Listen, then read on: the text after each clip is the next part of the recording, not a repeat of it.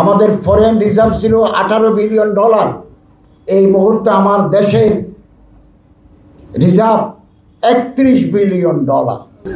জুলাই গণঅভ্যুত্থান এই ঐতিহাসিক অভ্যুত্থানে কৃষক, শ্রমিক, মেহনতি মানুষ সহ ওলামায়ে কেরাম, তালেবানে আলেমে নবুয়ত, মাদ্রাসার ছাত্ররা এই অভ্যুত্থানে অংশগ্রহণ করে ইতিহাস তৈরি করেছেন। বুকের তাজা রক্ত ঢেলে দিয়ে, বুকের ভিতরে বুলেট নিয়ে তারা আমাদের জন্য অবারিত সুযোগ এনে দিয়েছেন। সুযোগ সবসময় আসে না, সুযোগের জন্য বহু বছর অপেক্ষা করতে হয়। আমাদের দেশে স্বাধীনতার পর থেকে আমরা যে কনস্টিটিউশনাল কন্টিনিউটি, সাংবিধানিক ধারাবাহিকতা বারবার ব্যাহত হয়েছে। কোনো দল যদি একবার বসতে পারে, চলে বলে কৌশলে ক্ষমতার আসন ছাড়তে চায় না।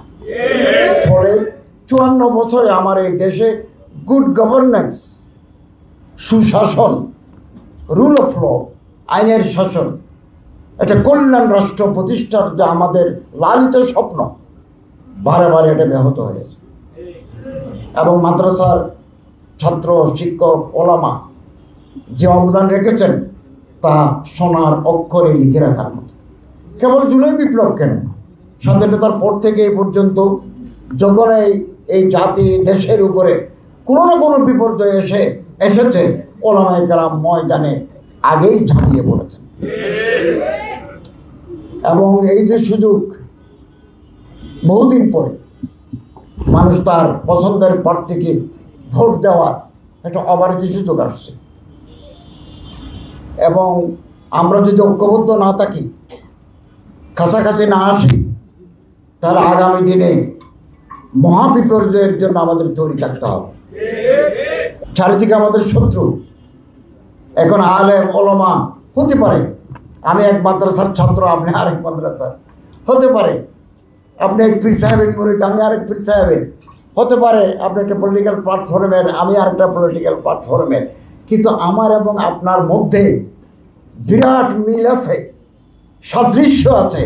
আমার আল্লাহ, আপনার আল্লাহ, আমার নবী, আপনার নবী, আমার কিতাব, আপনার কিতাব, আমার কেবলা, আপনার কেবলা এক এবং অভিন্ন।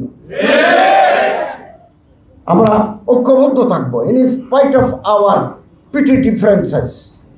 আমাদের মধ্যে ছোটোখাটো একতলাপ হতে পারে, কিন্তু আমরা জাতির, কওমের, দ্বীনের বৃহত্তর স্বার্থে আমরা এক।